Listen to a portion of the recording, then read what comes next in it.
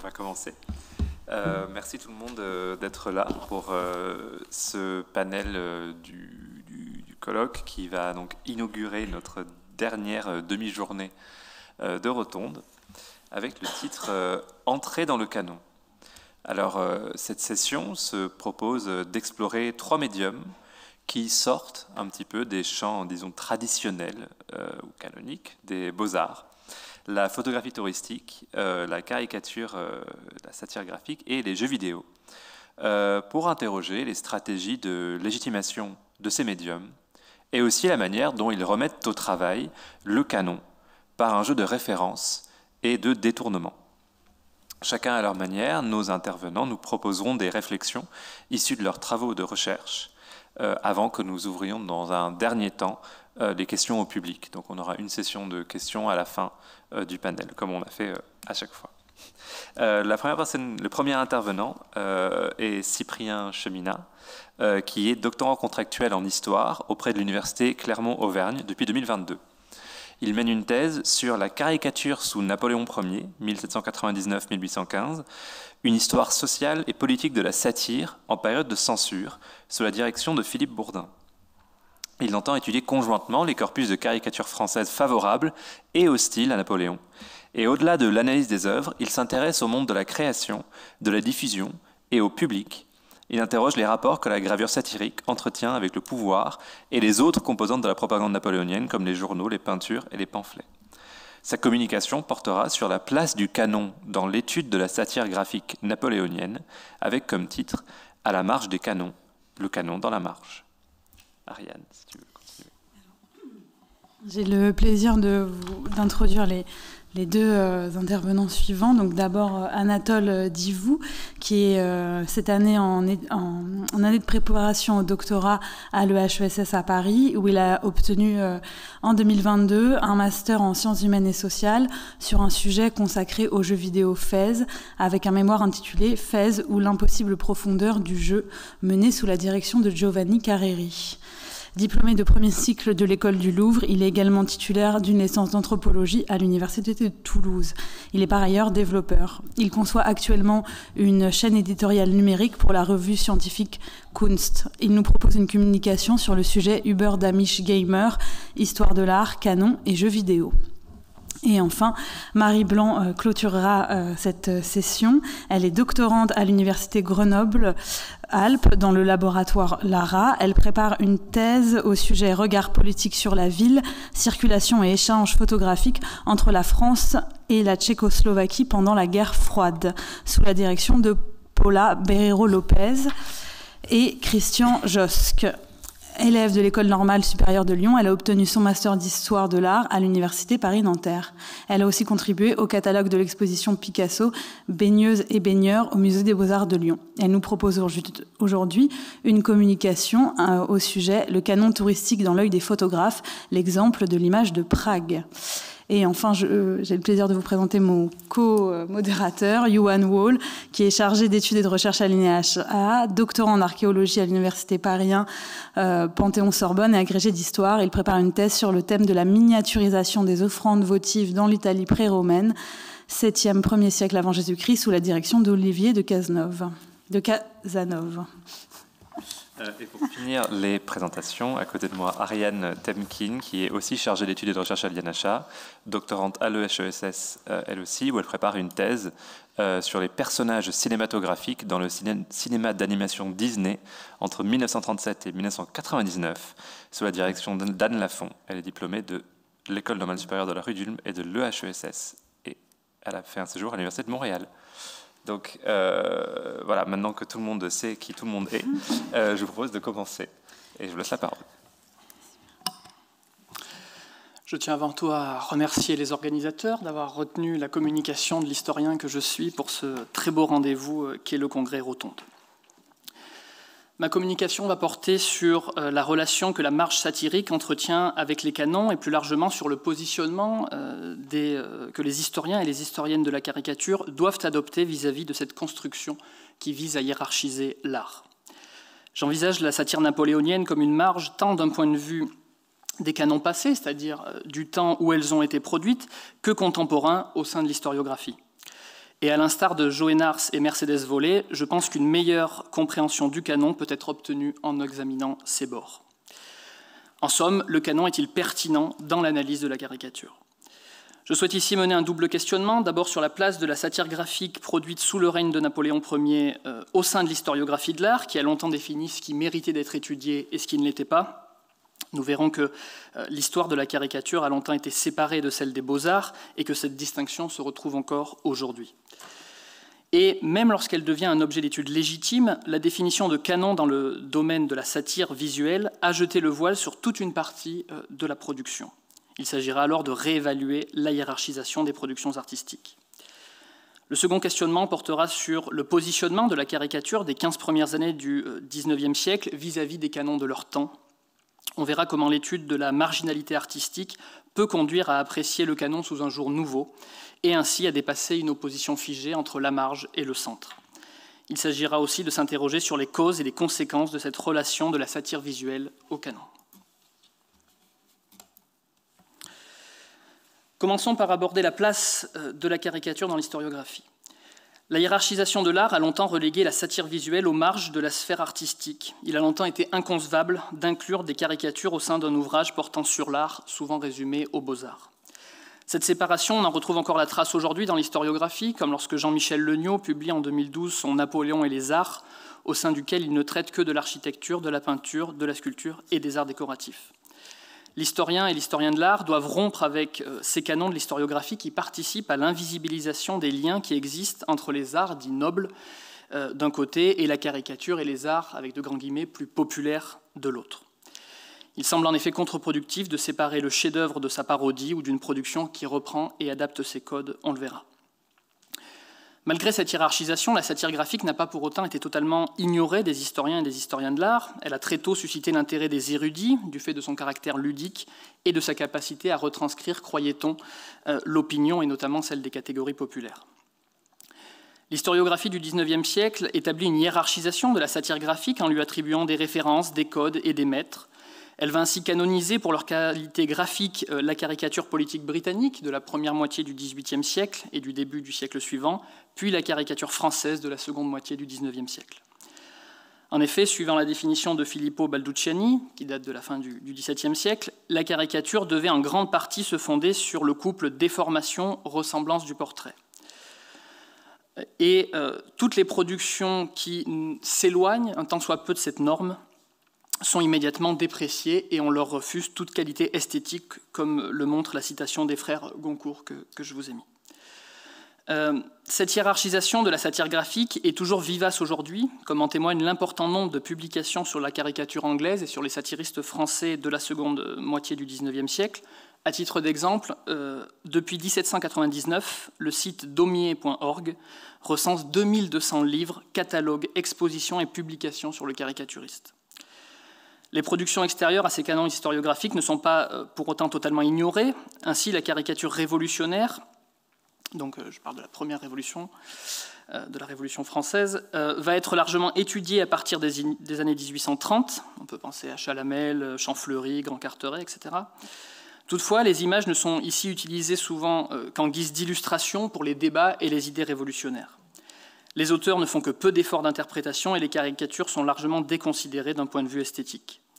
L'approche des érudits n'est généralement que descriptive, les gravures ne servant qu'à prendre le pouls de l'opinion. À partir de la fin des années 1960, le tournant des Cultural Studies et des Visual Studies va permettre une importante réhabilitation des images avec un dépassement du critère esthétique afin d'interroger les diverses manières dont les individus voient le monde et où sont vus en fonction de leur contexte social, politique, culturel et de leur propre historicité. Ce pas de côté vis-à-vis du canon va permettre à des corpus iconographiques connus d'être réinterrogés, mais aussi d'ouvrir de nouveaux terrains de recherche. Cette réhabilitation des images, quel que soit leur support, a permis aussi un décloisonnement, bien qu'encore trop rare, des études iconographiques. On peut ainsi citer le livre de Jean-Claude Bonnet, L'Empire des Muses, Napoléon, les arts et les lettres, paru en 2004, au sein duquel il analyse aussi bien des frontons du Louvre de Le Sueur que des statues de Canova, des caricatures ou des toiles de David. Désormais, les images n'accompagnent plus le discours de l'historien, mais elles appellent l'analyse et la recontextualisation politique et culturelle.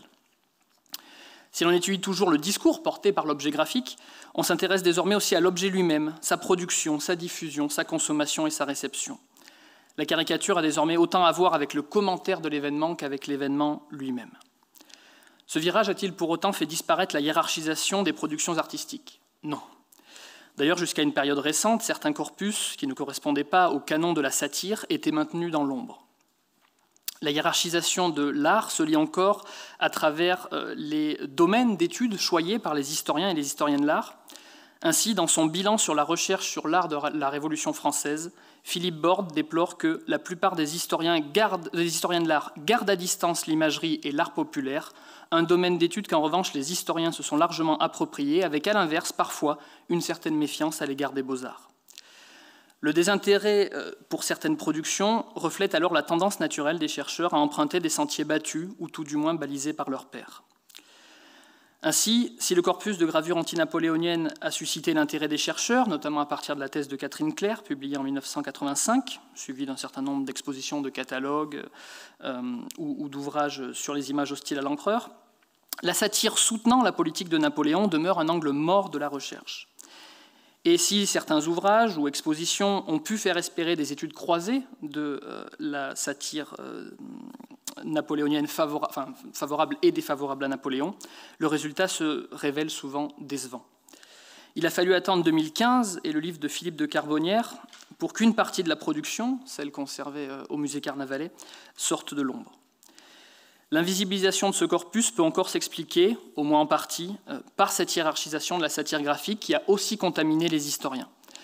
Ainsi, au sein de la petite rubrique consacrée à la caricature dans son dictionnaire Napoléon, qui est une référence pour tous les chercheurs de la période, Jean Tullard écrit, après avoir fait l'éloge de la satire britannique, « La riposte française fut insignifiante ». Malgré la réhabilitation de la caricature comme objet d'étude légitime, l'historien et l'historienne de l'art doivent continuer à s'émanciper des bornes qu'imposent les canons historiographiques s'ils veulent pouvoir emprunter de nouveaux sentiers de recherche et travailler sur des corpus parfois perçus comme mineurs. Pour autant, les chercheurs ne doivent pas rejeter et ignorer les canons artistiques, car ceux-ci peuvent faire l'objet d'une assimilation et d'une réappropriation par les marges.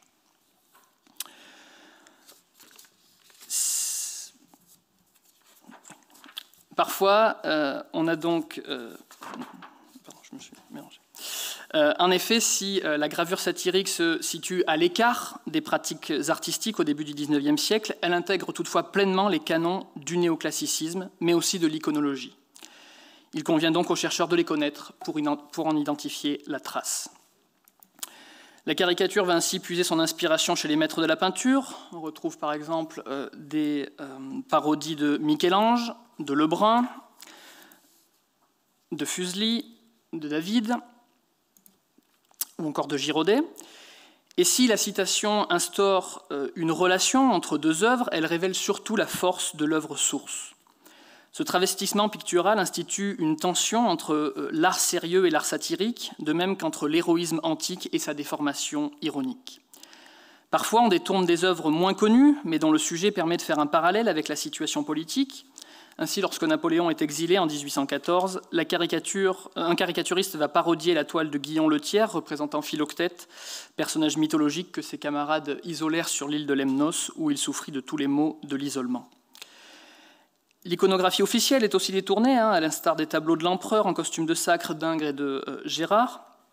La noblesse et la grâce laissent désormais apparaître la tyrannie et la violence du régime napoléonien. La parodie tient de l'imitation burlesque de la grande peinture d'histoire qui fait l'objet d'une sorte d'inversion des valeurs. Le comique des parodies joue sur cette tension entre ce qui est étonnamment semblable et absurdement dissemblable au tableau. Notons que les parodies ne sont toutefois pas dirigées contre les tableaux ni les artistes. Parfois, on a aussi des pastiches, c'est-à-dire qu'on reprend le style d'un artiste sans faire référence à une œuvre particulière. Ainsi, dans cette caricature de Châtaignier, on devine l'influence des portraits burlesques de Ducreux et des sculptures de Messerschmitt. On remarque également que les décors, lorsqu'il y en a, sont influencés par le néoclassicisme davidien. Cela se ressent notamment dans la symétrie des arcades placées à l'arrière-plan et dans les lignes formées au sol par les pavés. À titre d'exemple, on peut citer la caricature anonyme « Honte et repentir », qui peut être rapprochée pour l'arrière-plan du tableau d'Antoine Jean Gros, Bonaparte visitant les pestiférés de Jaffa, avec les arches qui laissent entrevoir une ville sur laquelle flotte le drapeau français. Il s'agit de Jaffa chez Gros et d'Ulm dans la caricature. Si l'on reprend ou l'on s'inspire des chefs-d'œuvre du temps ou des siècles passés, on note aussi une importante utilisation d'allégories, illustrant des idées abstraites ou des notions morales difficiles à représenter. Pour ce faire, les satiristes utilisent des iconologies réunissant les canons allégoriques. L'ouvrage de référence est l'Iconologia de Cesare Ripa, écrit à la fin du XVIe siècle. Toutefois, une nouvelle iconologie apparaît à la fin de l'Ancien Régime, d'abord sous la forme d'un almanach iconologique lancé par Hubert François Gravelot et poursuivi par Charles-Nicolas Cochin avant d'être refondu en 1791 par le libraire Lattré sous le titre « L'iconologie ou traité complet des allégories emblèmes ». Cet ouvrage, que l'on peut encore se procurer sous le consulat, réactualise les codes des représentations allégoriques en ajoutant certaines figures qui n'étaient pas présentes dans l'ouvrage de Ripa. Les règles édictées par Gravelot et Cochin sont majoritairement suivies par les caricaturistes, comme c'est le cas dans cette eau-forte de Carlo Francesco Badini, scène après l'invasion des îles britanniques. La figure à droite du Bonaparte Alexandre représente le génie de la France. Son apparence reprend la définition graphique de Gravelot et Cochin, je cite, avec des ailes et une flamme sur la tête, parce que le propre du génie est de s'élever et de briller. La nudité est aussi respectée, une nudité d'ailleurs totale ici, ce qui est relativement rare dans la caricature, qui est contrôlée notamment pour son atteinte aux mœurs. L'usage des iconologies montre bien à quel point les artistes français s'en tiennent toujours à un certain rigorisme dans la représentation des allégories, alors que Michel Joux va montrer qu'à la même période, les grands satiristes anglais ont élargi les possibilités de leur art en faisant éclater le cadre étroit du symbolisme allégorique codifié. Cet attachement des caricaturistes aux canons picturaux s'explique par leur bonne formation artistique, parfois acquise auprès de maîtres renommés, en trouvant ainsi des élèves ou des anciens élèves des peintres David, Regnault, Huet ou des graveurs Quéverdo et de Bucourt, élèves qui ont aussi parfois suivi les cours aux Beaux-Arts. Ceci consistait en des leçons de dessin, des cours d'histoire, d'anatomie et de perspective. Ces cours ne durant que 2 heures par jour, cela laissait le temps aux élèves de se former chez un maître ou d'aller copier les œuvres du Louvre. Dans les ateliers privés, la correction du maître permettait d'aborder à la fois des points techniques et d'évoquer des principes très généraux, ce qui fait dire aux spécialistes de la formation artistique du XIXe siècle qu'aucun artiste n'a pu échapper à l'emprise de la formation académique, qu'il ait suivi ou non les cours des beaux-arts. Ajoutons que la caricature est aussi inscrite dans la pratique et la pensée des jeunes artistes, tant c'était une pratique courante dans les ateliers, comme chez David ou chez Girodet. En fin de compte, cette bonne formation a permis aux satiristes de connaître et d'étudier les canons artistiques, mais aussi d'intégrer tout un ensemble de règles, de standards, de références liées à l'étude de ces canons. Des prescriptions qu'ils appliquent lorsqu'ils peignent ou réalisent de belles gravures, nombre d'entre eux exposeront d'ailleurs au salon, mais aussi quand ils composent des satires visuelles.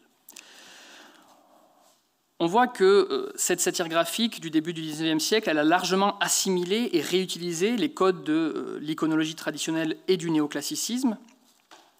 Le détournement des chefs-d'œuvre picturaux et l'utilisation des allégories classiques dans les caricatures font donc de cette marge une vectrice, plus ou moins volontaire, des canons au sein d'une culture visuelle partagée.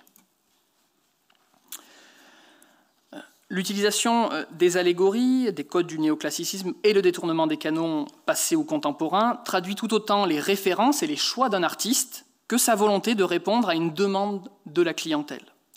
En effet, pour toucher son public, la satire graphique doit correspondre à ses goûts et à ses attentes. Or, la multiplication des références picturales et l'utilisation d'allégories savantes laisse penser que la clientèle des marchands d'estampes appartient à une bourgeoisie possédant une bonne culture artistique, ce que tentent à confirmer certains écrits et les gravures représentant les devantures des marchands d'estampes. Cela ne veut pas dire que l'audience des caricatures ne dépasse pas cette catégorie. On voit par exemple des travailleurs de rue au sein des spectateurs. Mais c'est bien sa connaissance des canons et du langage allégorique qui permet à la bourgeoisie cultivée d'appréhender le sens des gravures et qui offre à la reconnaissance des tableaux parodiés un aspect ludique. Le message des caricatures n'est donc pas à la portée de tous, et si les références ou les allégories sont trop nombreuses ou trop obscures, seul un nombre très restreint de spectateurs sera à même de saisir l'intégralité du message et des clins d'œil. Si l'on peut mettre en avant le caractère excluant de la caricature référentielle, 3 éléments viennent nuancer cette observation. D'une part, les caricatures n'étaient pas affichées seules, mais elles intégraient tout un ensemble de productions imprimées qui étaient souvent présentées ensemble. Les satires graphiques côtoient les scènes de bataille, les portraits des souverains étrangers, des généraux français, ainsi que les belles gravures reproduisant les chefs-d'œuvre picturaux et autres tableaux à la gloire de la famille impériale. Un va-et-vient entre les gravures et les caricatures devait donc permettre au public de reconnaître les personnages représentés, l'événement traité et les tableaux parodiés. D'autre part, il ne faut pas négliger la communication entre les spectateurs. J'en ai trouvé un exemple en Angleterre que je vous ai mis, où un visiteur allemand explique qu'il est amusant de parcourir cette galerie comique lorsqu'on peut l'entendre expliquer par un anglais instruit. Les spectateurs les plus au fait de l'actualité politique et possédant une solide culture artistique pouvaient donc expliquer au reste de l'assistance la signification des allégories et le nom des compositions parodiées. Enfin, n'oublions pas le rôle de l'écrit, très important dans la caricature de cette époque. La dérision et le sarcasme passent généralement par la relation entre l'image et la lettre. Le titre et la légende aident généralement le spectateur à comprendre la référence et à identifier la représentation allégorique. Il en va de même pour la presse, qui pouvait parfois aussi expliquer une caricature. On le voit, un lien s'établit entre l'art des maîtres et cet art plus grand public qu'est la satire graphique. Elle participe alors à la diffusion des canons artistiques et de ces normes au sein d'une culture visuelle partagée.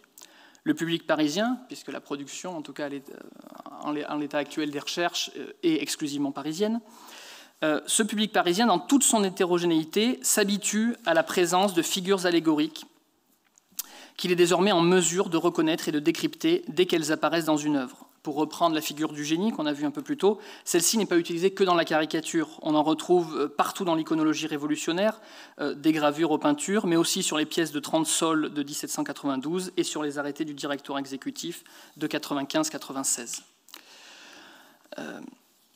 Il en va de même pour les tableaux célèbres, puisque les plus cultivés ont pu voir au Louvre, dans l'atelier de l'artiste ou au salon qui est d'ailleurs accessible gratuitement à tous les citoyens, et que certains ne connaissent qu'à travers des gravures, voire de leurs parodies satiriques. On ne détourne d'ailleurs que des tableaux très célèbres, car pour que le procédé fonctionne, il faut que le spectateur soit en mesure de reconnaître le modèle. Cette pratique témoigne de la présence des canons dans l'imaginaire du public et de son accessibilité comme référence culturelle. Finalement, en reprenant pour modèle les chefs-d'œuvre, en appliquant les codes et les normes dictées par les canons, les artistes ne font pas que contribuer à leur diffusion, ils viennent également confirmer leur statut de référence qu'il convient d'imiter. Au final, l'abondante réappropriation des canons nous permet de nous inscrire en faux vis-à-vis des écrits de Werner Hoffmann, dans lequel il affirme que la satire graphique serait la négation totale du beau, une sorte d'art de l'anti-art, comme le résume Ségolène Lemaine. Une idée qui sera reprise en 1970 dans l'ouvrage collectif « La caricature, art et manifeste du XVIe siècle à nos jours », définissant la caricature comme une forme artistique anti-canonique. Or, j'espère avoir montré à quel point cette marge, loin de se construire en opposition au canon, intègre ces codes et les diffuse, parfois en les détournant, confortant ainsi son statut de référence. Une intégration qui s'explique tant par la formation artistique d'une bonne partie des producteurs que par la clientèle bourgeoise et cultivée de la caricature politique. Et au final, est-ce que ces caricatures produites entre 1799 et 1815 ne seraient alors que les produits d'un art savant? Non. Si pour ma réflexion ici, je me suis focalisé sur les satires reprenant à leur compte les codes des beaux-arts, il ne faut pas perdre de vue que la satire graphique se situe au croisement de l'art savant et de l'art populaire. En effet, nombre de gravures font aussi appel à la déformation physique, aux métaphores animales et monstrueuses, aux figures démoniaques, à la scatologie, ou, je vous ai mis 2 exemples ici, à la grivoiserie. Autant de marqueurs qui rapprochent la caricature de la culture populaire, sans compter les multiples références aux spectacles et travailleurs de rue, ainsi qu'aux jeux populaciers, qui offrent des repères compréhensibles par tous. Le chercheur doit donc admettre et prendre en compte qu'une gravure est le résultat d'une diversité d'influences, des plus savantes aux plus populaires. Je vous remercie.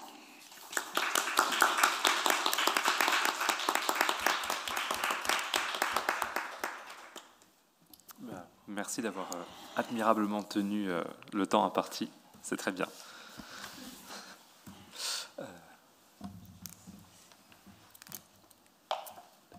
Et donc on va passer... Anatole. Tiens, tu veux... Je vais mettre un petit timer.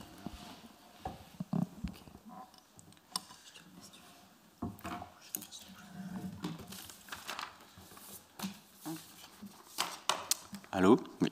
Bonjour. Donc merci d'abord aux organisateurs du congrès qui me permettent de revenir sur des recherches de master qui commencent à dater d'un an déjà et d'y revenir un peu de biais par cette question du canon. Et merci Yoann et Ariane pour votre présentation. Donc ma communication s'appelle Hubert Damisch Gamer. Je ne parlerai pas tellement d'Hubert Damisch, c'est un peu une fake news, mais vous verrez qu'il sera quand même présent en toile de fond. Hop. Fin 2022 est paru dans la collection des Routledge Key Guides un ouvrage collectif intitulé 50 Key Video Games, édité par 4 chercheurs en Game Studies. Comme son nom l'indique, on y trouve 50 textes relativement courts, proposant chacun des éléments d'analyse formelle et contextuelle concernant un jeu vidéo considéré comme historiquement marquant, un jeu clé. Dans leur introduction, les 4 éditeurs affirment que la sélection présentée ne vise pas la construction d'un canon, écueil qu'ils ont évité par 2 voies. Premièrement, ils assument explicitement la part d'arbitraire de jeu, écrivent-ils, qui a présidé à leur sélection. Ils refusent de fait l'illusion du consensus et de la neutralité. Leur sélection serait ouverte à la discussion, sinon à la contestation. Bon, à mon avis, ça ne remplace pas une véritable méthodologie de sélection, mais pour le moment, l'important n'est pas là. Donc là, il y a à peu près toute la liste des jeux, vous en reconnaissez peut-être quelques-uns, mais je ne m'arrêterai pas tellement sur le contenu de cette liste, que sur la démarche qui la soutient. Deuxièmement, deuxième voie pour éviter l'écueil du canon, ils ont exclu les critères de qualité artistique et de succès critique et commercial, car ils serviraient selon eux ce qu'ils appellent, suivant l'historienne du cinéma Janet Tiger, une politique de l'admission, c'est-à-dire de légitimation culturelle, et une politique de la sélection à la recherche de chefs-d'œuvre. En effet, depuis une quarantaine d'années, la question de l'existence de chefs-d'œuvre vidéoludiques a été déterminante en fait, dans pas mal d'argumentations qui cherchaient à accorder ou à refuser aux jeux vidéo un statut artistique. La constitution d'un canon proprement vidéoludique devait ou doit toujours parfois démontrer en fait, la dignité d'une pratique et son droit d'entrée au panthéon d'art qui serait mature. Donc, je reviendrai rapidement sur quelques étapes un peu de ce schéma. La première étant, il y a déjà 40 ans, en 1984, dans cet ouvrage du concepteur de jeux états-unien Chris Crawford, qui s'intitule donc de manière programmatique The Art of Computer Game Design, Reflections of a Master Game Designer, donc un peu réutilisation du vocabulaire de l'histoire de l'art, et qui s'ouvre sur ces mots. Je traduis. L'argument central avancé par cet ouvrage veut que les jeux informatiques constituent une forme d'art neuve et mal développée, mais pourtant très prometteuse pour les designers comme pour les joueurs et les joueuses. L'idée étant qu'il y a dans les jeux vidéo un potentiel artistique non encore réalisé, c'est-à-dire qui n'a pas encore produit de chef-d'œuvre, de canon, en raison d'un manque de vocabulaire théorique commun auquel l'ouvrage souhaite remédier. En 1994, en France, c'est l'ouvrage d'Alain et Frédéric Lediberdé, Qui a peur des jeux vidéo, qui, considérant l'évolution technique et esthétique du médium, proposait d'en faire le 10e art, après le cinéma, la bande dessinée et la télévision. L'idée, parce qu'elle repose sur un lieu commun, aura une large postérité. Enfin, plus récemment, en 2010, l'importance de l'existence du canon est entérinée par un débat qui a eu pas mal de traction entre une conceptrice de jeux vidéo, états-unienne à nouveau, Kelly Santiago, et un critique de cinéma, Roger Ebert, ce dernier soutenant cette fois la thèse inverse. Personne qui appartienne ou non au champ des jeux vidéo n'a jamais pu citer un jeu tenant la comparaison avec les grands cinéastes, romanciers et poètes. Alors cette logique canonique commune aux deux camps, j'insiste là-dessus, est doublement anachronique. Il s'agit premièrement d'une déclinaison de la vieille idéologie du progrès, avec laquelle l'histoire de l'art ne cesse de se débattre. Et deuxièmement, ce progrès est pensé dans le cadre de ce que Paul Oskar Christeller, le philosophe, a appelé le système moderne des arts, c'est-à-dire la classification des beaux-arts telle qu'elle s'est, telle qu'elle a été arrêtée à peu près au XVIIIe siècle, et donc peinture, sculpture, architecture, musique, poésie, et qui commençait d'ailleurs à se déliter dès la fin du XIXe et qui est aujourd'hui franchement obsolète. Le modèle explicite de ce type de démarche légitimiste est évidemment le cinéma, déclaré 7e art au début du XXe siècle par Ichimoto Kanudo. En un geste d'ailleurs que dès 1927, Yuri Tinyanov, donc le formaliste russe, avait considéré comme passéiste et réactionnaire. Comme le cinéma, pour Kanudo, les jeux vidéo semblent venir clore ce système en effectuant la synthèse des arts précédents en un art total, notion dont les journalistes, la critique vidéoludique et même certaines et certains chercheurs ont plus qu'abusé.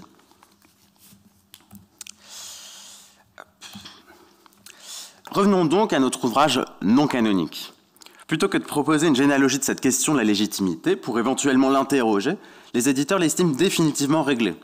Et puisque les jeux vidéo ont été déclarés 10e art en France au milieu des années 90, disent-ils, sans citer d'ailleurs l'ouvrage des frères Ludiberdé, ils affirment, je traduis, « Il n'est plus nécessaire de désigner quelque chose choisi stratégiquement comme des objets dignes d'être admis dans le règne des œuvres d'art. Et l'art n'est plus le seul cadre à envisager pour la sélection. » Il serait donc temps de mettre en avant des critères plus intéressants, c'est leur mot, en sélectionnant des jeux qui, je cite encore, ont contribué à différents aspects de l'histoire et de la culture vidéoludique.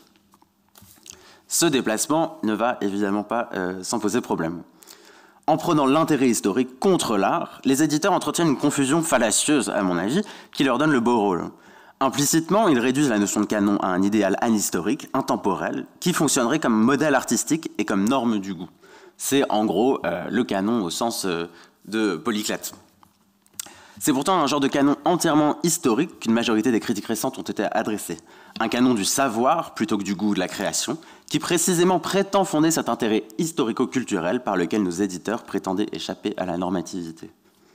Le paradoxe d'une sélection tout à la fois arbitraire, comme ça a été affirmé plus haut, avant en tout cas, et donc arbitraire et fondée historiquement, ce paradoxe recouvre une tautologie. L'intérêt historique est à la fois principe de sélection a priori des jeux et ce que l'analyse vise évidemment à démontrer. Or, il n'existe pas d'histoire objective non encore écrite de laquelle l'historien, l'historienne pourrait extraire les objets d'emblée marqués comme les plus importants ou les plus intéressants, ceux dont la contribution, entre guillemets à nouveau, serait la plus grande. Et construire cet intérêt explicitement dans le Hic et Nunc est bien plutôt une des missions de l'historiographie.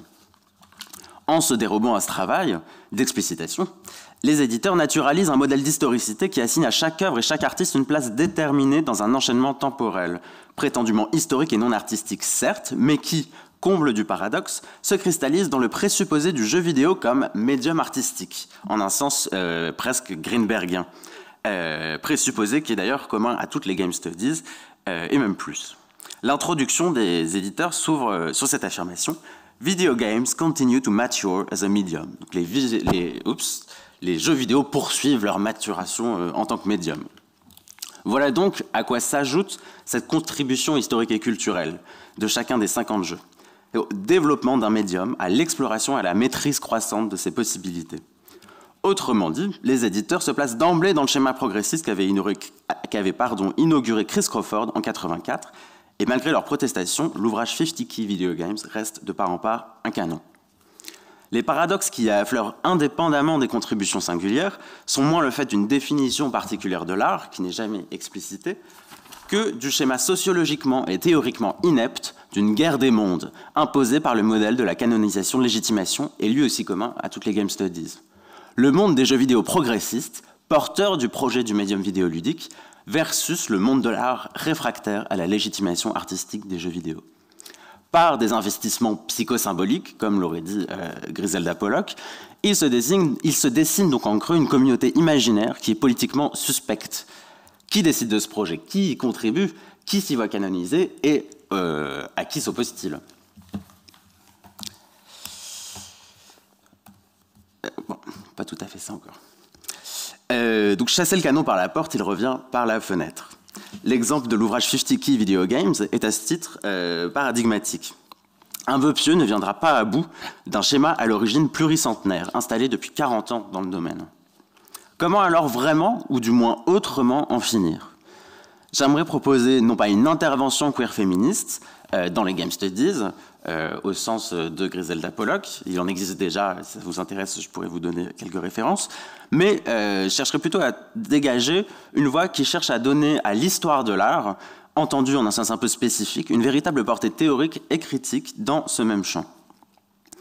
Les pratiques des concepteurs et conceptrices de jeux vidéo sont un fer qui pose ce que Jacqueline Lichtenstein d'ailleurs appelait des problèmes artistiques auxquels il et elle doivent répondre et qui doivent être pensés dans le champ large d'une théorie de l'art qui, pour les jeux vidéo, a été fondée par Chris Crawford avec son traité de 84. C'est ce qu'ont rapidement compris certaines institutions comme le MoMA et le Victoria and Albert Museum, en rangeant les jeux vidéo sous le vocable du design, au sens du projet artistique et non historique, et de la conception. Ces problèmes, par leur récurrence, leur transformation, leur disparition et leur réapparition inopinée, dessinent toujours un paysage historique qui leur est propre, inassimilable à un récit téléologique préexistant. C'est ce que Hubert Damisch, il arrive enfin, appelait, et c'est là la raison de mon titre, histoire, théorie de l'art. Histoire / théorie de l'art. Il existe au sein des Game Studies une ludologie qui s'occupe des problèmes de règles de jeu et de fun à proprement parler. Mais le modus operandi des artistes vidéoludiques, et donc certains effets qu'ils et elles cherchent à produire, et la réception qui en est faite, convoquent et travaillent des questions qui sont celles de notre discipline, et que les Game Studies posent peu ou alors mal.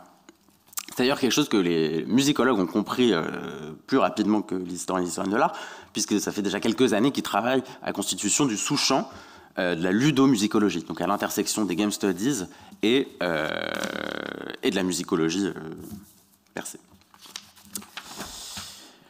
Pour nous, historiens de l'art, un point d'entrée possible, parmi d'autres, serait la dimension visuelle des jeux. Depuis l'ouvrage de Crawford, au moins, elle pose un véritable problème théorico-artistique. Selon une idéologie fonctionnaliste, justement empruntée au champ du design et de l'architecture, elle est constamment postulée comme périphérique, ornementale, voire, par un renversement assez remarquable, distrayante, puisqu'il ne faudrait pas que l'on contemple au lieu de vraiment jouer. Alors que, en fait, cette dimension visuelle a un rôle qui est souvent assez fondamental, ou du moins non négligeable, dans les processus de création vidéoludique. J'en donnerai 2 exemples à titre d'ouverture. Le premier est celui du concept art, terme qui désigne les dessins préparatoires qui servent à l'élaboration d'un univers fictionnel et de ses personnages. C'est à la fois un problème de chaîne opératoire, un peu à la manière dont on a pu se demander comment un dessin de Raphaël devenait à travers son atelier une gravure de Raimondi, et de rapports visibles-discibles. Comment un dessin traduit-il des intentions initiales formulées verbalement lors du premier pitch d'un projet?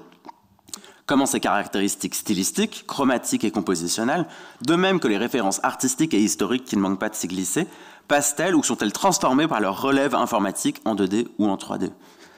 Alors ici, vous voyez à gauche, un dessin de Yoshitaka Amano pour Final Fantasy III, donc en 90, et traduit à droite dans une grille de pixels à 5 couleurs par Kazuko Shibuya. Ou encore là, on a un ouvrage d'enseignement du dessin, à partir d'un corpus d'ailleurs extrêmement canonique, de dessins de Michel-Ange à Turner. Et là, on voit à droite, c'est dans les toutes premières pages de l'ouvrage, un peu comme l'icône de ce qui va suivre, une étude du Laocoon par Rubens, dans un livre consacré aux jeux vidéo. Et d'ailleurs, cet ouvrage aussi s'ouvre sur une citation assez intéressante, là que j'ai pas traduite, mais voilà, cette première phrase: les jeux vidéo ne sont pas une révolution dans l'histoire de l'art, mais une évolution. Et pour ensuite, il continue en comparant ça, le fait simplement qu'on doit travailler avec une surface plane, quelles que soient les questions de matérialité. Voilà. C'est un ouvrage assez intéressant. Sur toutes ces questions de concept art, ce ne sont pas vraiment mes recherches à moi, je vous renvoie notamment à cet ouvrage de Marine Mac, Imaginaire du jeu vidéo, qui est paru il y a quelques années déjà, sur les concept artistes français, avec une introduction théorique et une dizaine d'entretiens avec des concept artistes de l'industrie vidéoludique française. Mon second exemple, cette fois tiré de mes recherches de master, c'est Fez, donc un jeu paru en 2012 qui mêle inextricablement le visuel au ludique, puisqu'il s'agit en fait d'un jeu sur la perspective, qui a par ailleurs été évidemment un des grands objets de Hubert Damisch.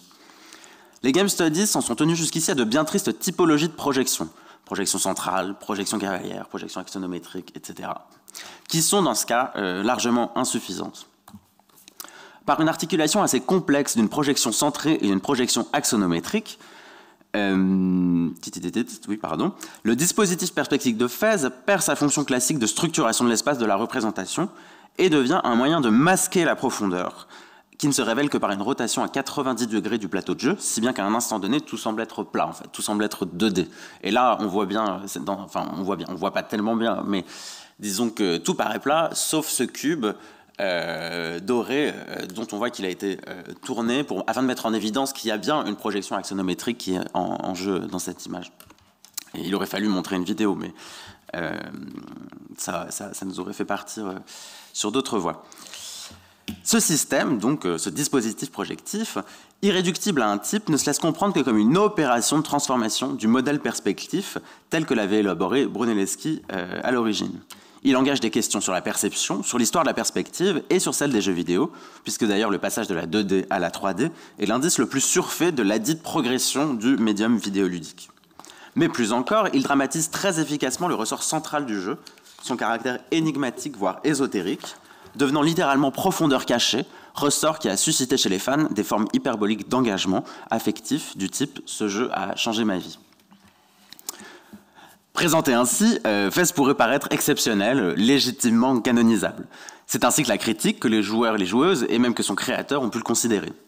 Mais pris comme je l'ai proposé par l'angle de la perspective, ce n'est que l'analyse qui en dégage une valeur qui par ailleurs n'est pas une contribution qui s'ajouterait à un projet commun visant un but de légitimation, mais plutôt, à strictement parler, un intérêt contingent qui ne fonctionne que dans la série des transformations d'un problème théorique tout spécifique, en l'occurrence la perspective, par ailleurs irréductible à un seul médium ou même au seul art, puisque la perspective, on le trouve aussi dans le dessin technique et dans plein d'autres choses.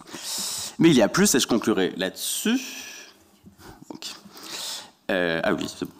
Mieux qu'une approche sociologique externe de type artification, qui se concentrerait sur les questions de canon et les revendications de légitimité, une histoire/théorie des jeux vidéo permettrait d'analyser de manière fine, en partant des œuvres, comment les jeux vidéo travaillent à se faire art. Art, entendu, là, une fois n'est pas coutume, comme un statut plus noble que celui du divertissement, mais travaillent à se faire art avant tout en se branchant dans leur processus de conception et de production sur des problèmes artistiques, autrement dit sur l'art, entendu cette fois non comme un statut, mais comme un faire et comme l'exercice d'une réflexivité théorique sur ces opérations. FAISE n'aurait pas pu devenir un jeu qui change des vies, c'est-à-dire bien plus qu'un simple jeu, sans un travail sur le dispositif perspectif, de même par ailleurs que sur sa dimension ornementale, qui était un autre aspect de mes recherches. L'histoire de l'art peut donc bien servir de modèle pour l'élaboration d'un canon et pour la revendication d'un statut artistique pour les jeux vidéo. Mais ce ne sera que dans l'analyse de ce supplément d'âme, ce plus que le jeu, qu'elle pourra jouer un rôle clé et produire non plus une norme, mais un savoir. Je vous remercie.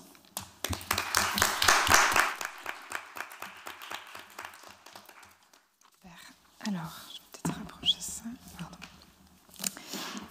Bonjour à toutes et à tous. Merci beaucoup évidemment aussi aux organisatrices, organisateurs et puis à tous les deux aussi pour vos présentations.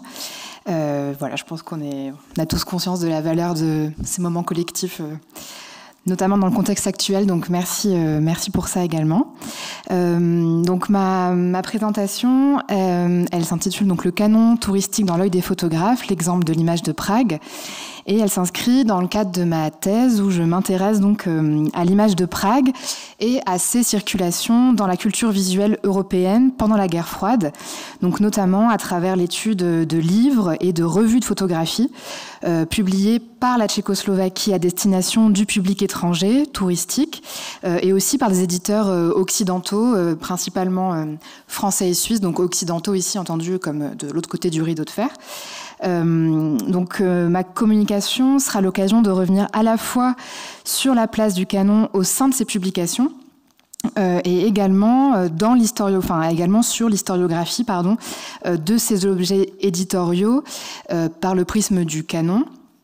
Et de voir un petit peu comment, à partir de l'exemple de Prague et l'exemple de ces revues, une vue canonique de la ville peut se dégager, et à la fois quel statut pour ces objets, comment les étudier à partir de notions historiographiques canoniques.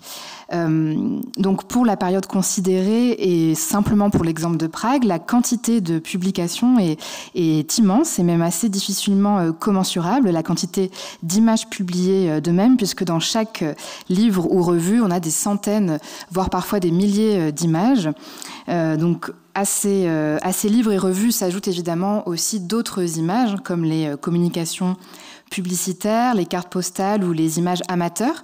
Je pourrais en présenter quelques-unes, j'aurai l'occasion d'en présenter quelques-unes aussi dans ma communication.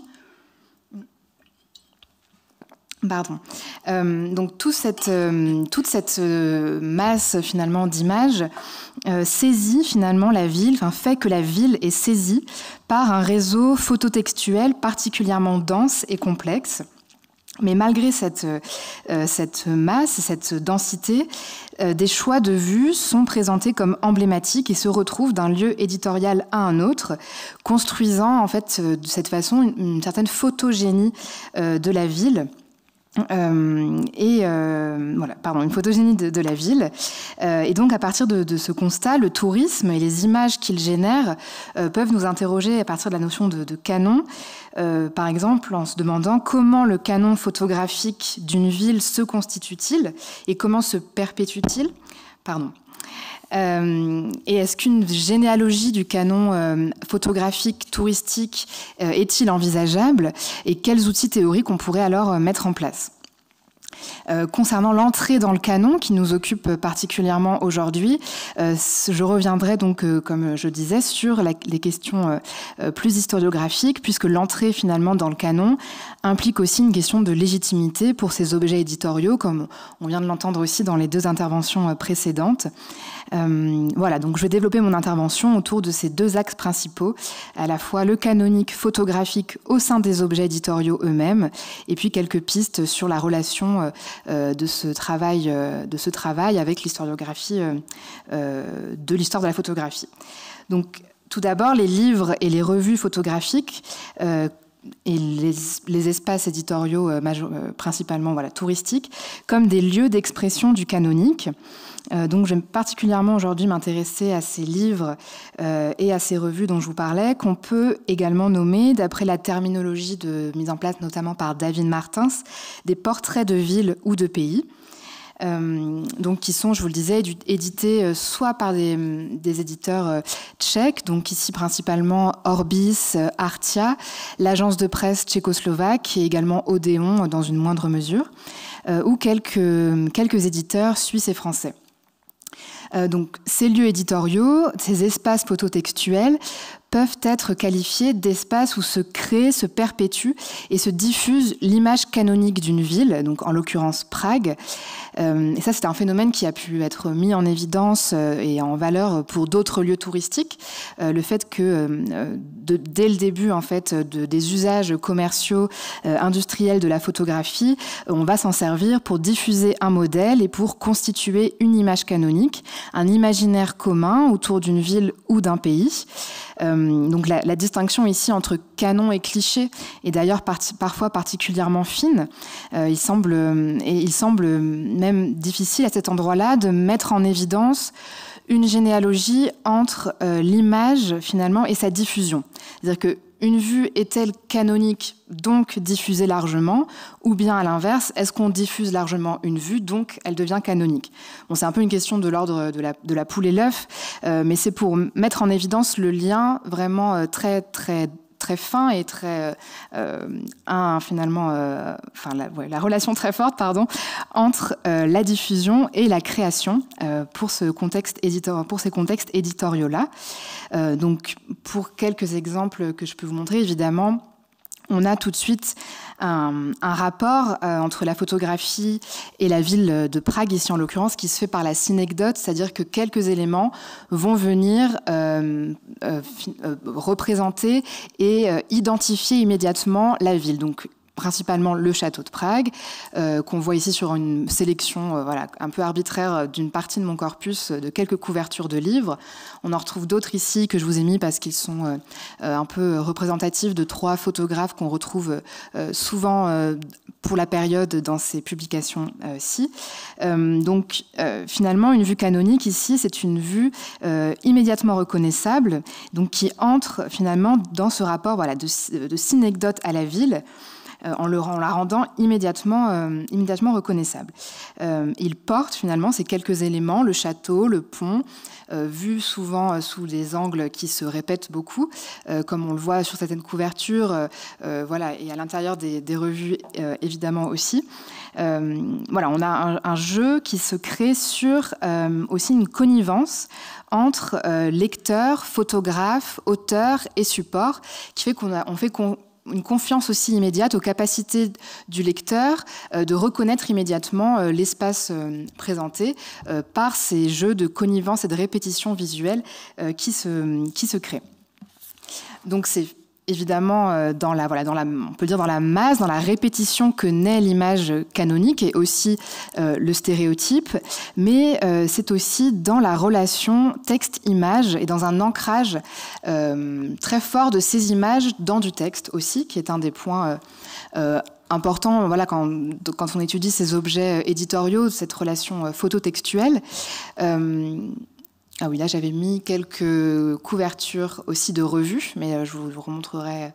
Enfin, ce sont les 2 revues principales en fait de mon corpus, Pour vous de Tchécoslovaquie et Soyez les bienvenus en Tchécoslovaquie, qui présentent. Voilà, donc ce sont évidemment des revues éditées par le pouvoir communiste, socialiste, donc à destination des touristes et à visée de propagande, j'y reviendrai, mais qui participent à vraiment une diffusion très très large et massive de la photographie et de l'image. Ce sont des véritables revues de photographie à l'intérieur. Je vous montrerai quelques vues plus tard. Pour l'ancrage donc phototextuel du canon, là c'est un exemple parmi d'autres. Alors je m'excuse, les photos, c'est des photos prises en bibliothèque. C'est aussi un des enjeux du fait que ces objets ne soient pas entrés dans le canon, c'est qu'ils sont difficilement trouvables parfois et puis reproductibles, à part avec son smartphone. Donc voilà, la citation est simplement assez courte, mais c'est un exemple parmi d'autres où l'auteur du texte ici, donc traduit en français dans un ouvrage tchèque, dit qu'il suffit... Voilà, il parle de la ville que les étrangers ont baptisée la ville au centaure ou la ville dorée. Donc ça, c'est une seule occurrence d'une expression qui revient extrêmement souvent, ville au centaure ou ville dorée,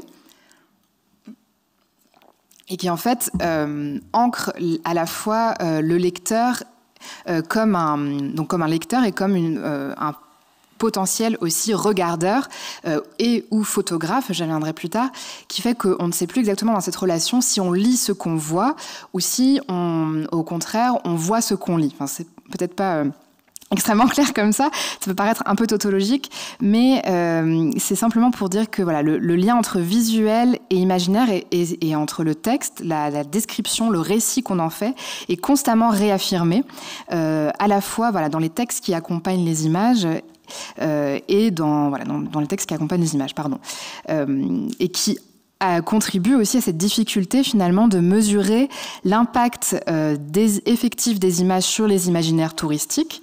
Est-ce qu'on prend tel lieu en photo car on l'a déjà vu ailleurs dans un livre, dans une revue sous le même angle? Est-ce qu'on a déjà lu cette description, c'est-à-dire on va reconnaître les centaures qu'on a pu lire, qu'on a pu voir, et finalement cette norme canonique, ce canon de la vue, ça, voilà, s'inscrit et se répète par le texte, par la reproduction des images et puis ensuite aussi par la connivence et l'appel aux touristes photographes eux-mêmes.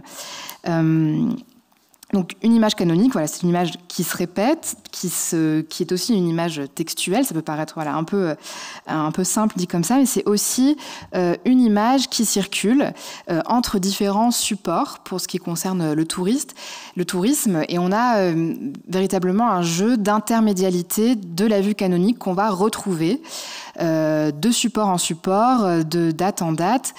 Donc là, c'est un exemple, par exemple, donc d'une vue qui est en fait, si vous connaissez la ville de Prague, c'est le chemin, la rue qui monte vers le château, donc qui n'est pas la plus emblématique a priori, elle n'est pas en couverture, par exemple, mais en fait, on la retrouve très souvent aussi de support en support, avec donc ici dans une photo de 1950, et puis l'autre vue que vous avez à droite, c'est en fait une photographie qui est collée dans un carnet de voyage d'un couple de voyageurs, donc qui voyagent en 1990, un peu tardivement par rapport à mon corpus, mais qui est une source vraiment très précieuse et sur laquelle je m'appuie aussi comme un regard un petit peu de côté.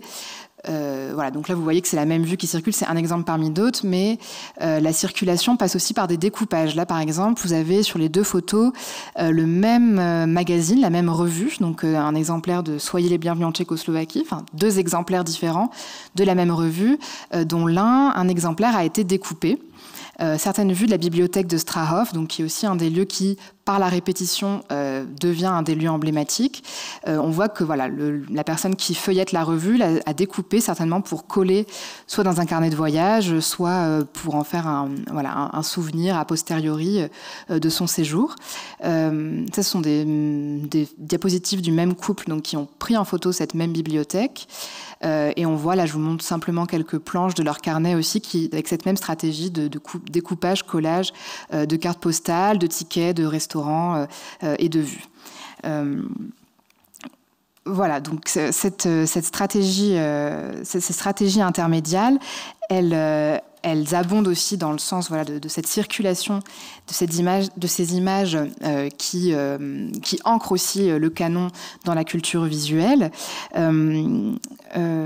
Voilà, donc une image qui entre dans le canon, finalement, c'est une image qui se répète et largement diffusée, que l'on retrouve et qui circule de différents lieux.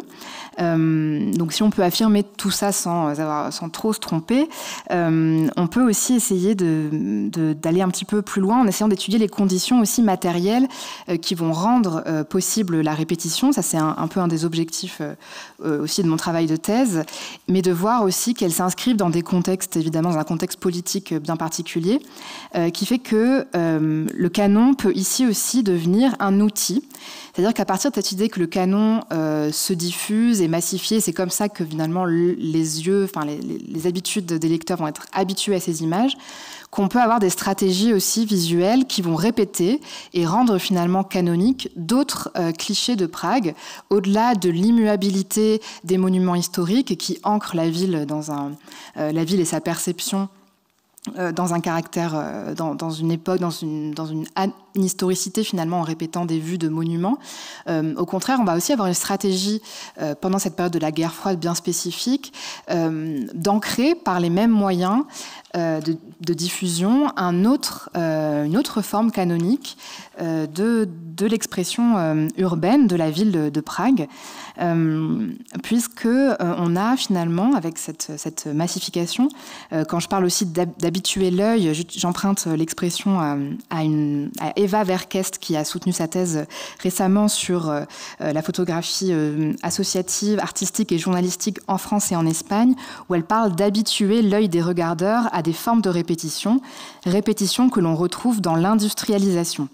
Donc évidemment, entre industrialisation de l'image, de ces modes de diffusion et industrialisation du tourisme, on est dans des phénomènes très proches qui vont ensemble et qui ici sont aussi portés par une visée politique et un dessin politique qui finalement va faire du canon non pas forcément l'expression de la particularité de quelque chose d'immédiatement identifiable, comme le château de Prague ou le Pont Charles, mais au contraire, une forme de stratégie de réduction des distinctions entre Est et Ouest, en mettant l'accent très fort sur le confort moderne, les hôtels, les infrastructures d'accueil, et essayer finalement de gommer les différences qui pourraient exister via d'autres circuits de circulation, c'est-à-dire par exemple la presse, les réseaux politiques, au contraire affirmer par ces images qui deviennent canoniques à force de répétition,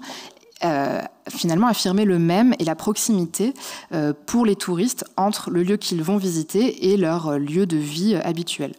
C'est pour ça qu'on a énormément, dans ces revues surtout, d'accent qui est mis sur des bâtiments récents, sur les hôtels que je vous montrais avant, et aussi l'expression, le développement, soit ici du cyclisme, qui est un des atouts touristiques qui est souvent mis en avant dans les revues, ou l'automobile, qui est également omniprésente, de revue en revue. Donc finalement, toutes ces stratégies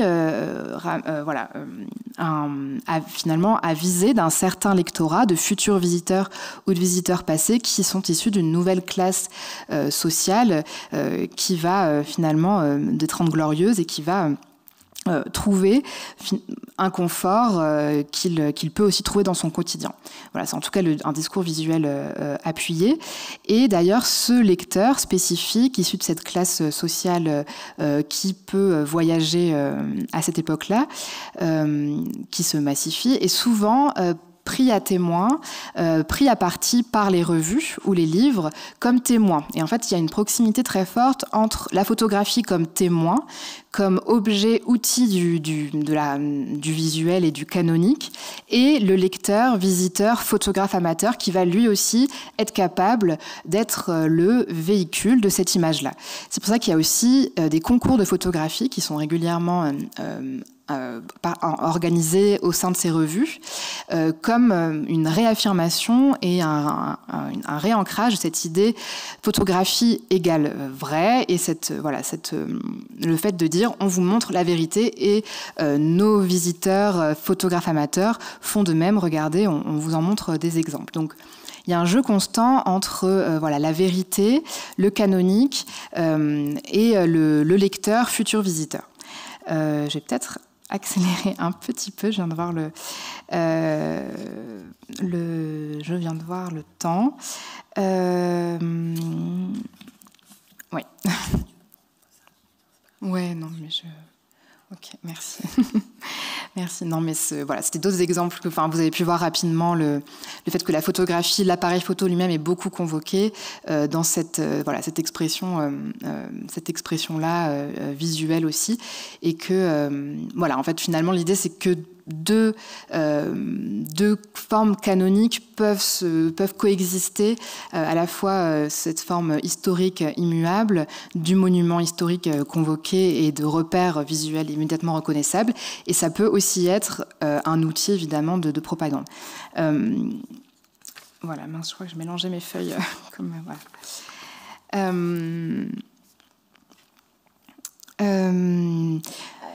Pardon, j'ai encore. Voilà, donc il ne faut pas oublier également, et ce que je cherche aussi à trouver avec ma thèse, c'est l'importance aussi des conditions de production, évidemment, qui ont un impact visuel direct et concret, puisque les commandes et les possibilités matérielles de reproduction rendent possible aussi cette diffusion très large.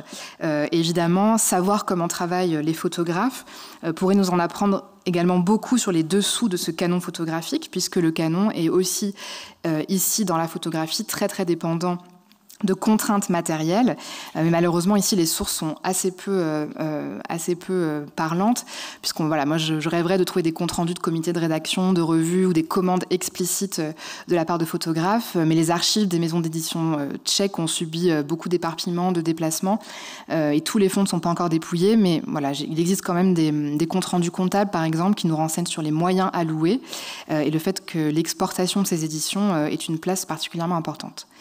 Du coup, je vais prendre quelques minutes de plus pour revenir sur le canon dans les études sur les albums photographiques.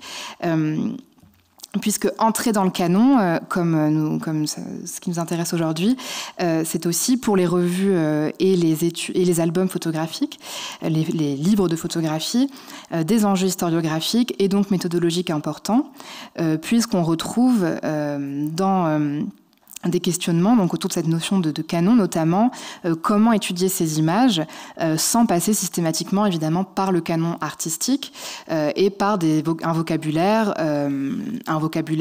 issu de la photographie ou des arts visuels artistiques classiques. On retrouve ici des questions qui sont aussi proches de celles qui sont posées par la photographie amateur, évidemment, et notamment Geoffrey Bachton, qui, par la photographie amateur et par le traitement historiographique de la photographie amateur, a mis en évidence, finalement, que l'historiographie classique a retenu les exemples exceptionnels, extraordinaires, qui, comme par accident ou par miracle, comme il le dit, se rapprocherait de photographie artistique, d'un canon artistique mis en évidence par ailleurs. On donnerait de la valeur à la photographie artistique parce qu'elle ressemble, à la photographie amateur, pardon, parce qu'elle ressemble à une photographie artistique. Et on a un peu le même enjeu avec les albums et les livres de photographie qui ont été beaucoup également étudiés par le prisme de l'exemple et intégrés finalement aux études artistiques par leur côté extraordinaire, parce que ici comme avec Joseph Sudek, c'est un photographe connu par ailleurs pour sa production artistique, voilà, très emblématique d'une certaine école tchèque, qui a aussi fait une production sur la ville de Prague, parce qu'en fait c'était un rapport aussi tout simplement matériel de survie et de travail, de rapport à la photographie professionnelle.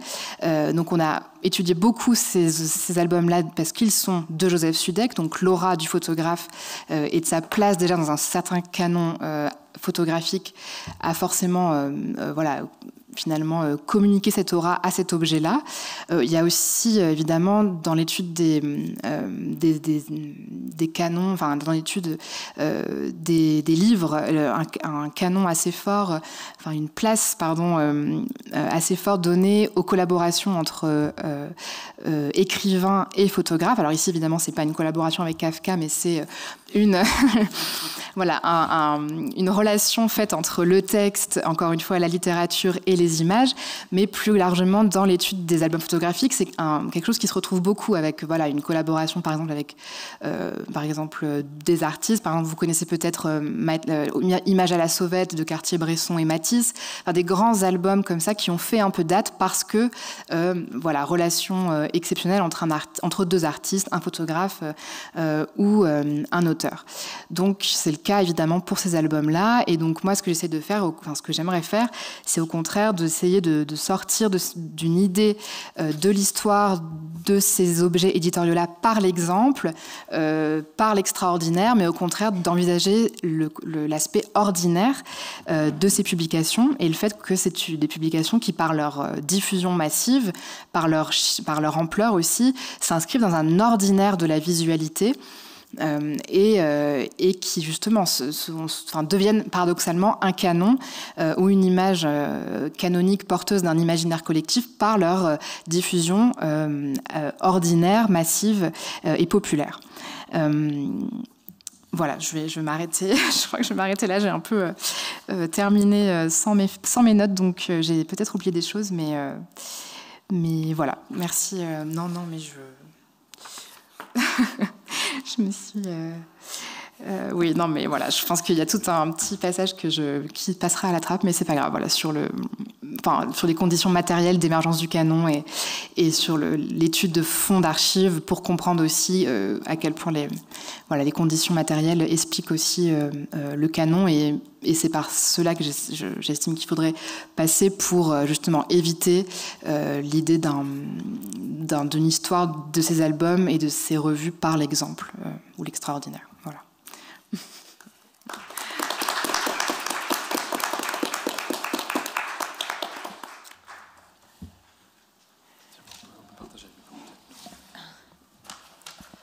Alors, on se proposait d'ouvrir les questions à la salle, mais d'abord, est-ce que entre vous, vous auriez des questions à vous poser mutuellement entre panélistes?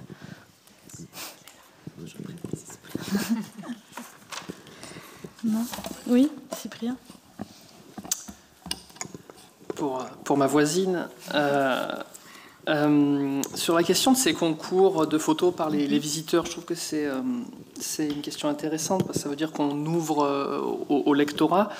Mais comme c'est aussi un outil de propagande, est-ce qu'on a peut-être des manipulations, ou est-ce que tu as retrouvé sur les photos qui sont publiées, par exemple par les touristes français, des preuves en France qu'effectivement c'est bien ces mêmes images, ou... Alors non, j'ai pas trouvé de preuve encore.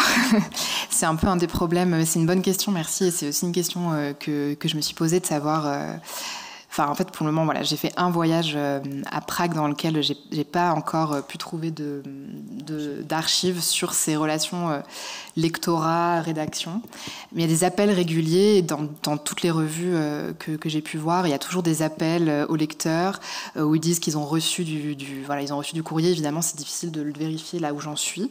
Et c'est une possibilité que ça soit une manipulation aussi. Enfin, c'est pas à exclure. Mais pour le moment, j'ai pas retrouvé les photographies que j'ai trouvées comme étant photographies amateurs de lectorat. Je les ai pas retrouvées ailleurs. Mais évidemment, c'est soumis. Enfin, c'est soumis à vérification, à évolution. Voilà. Merci.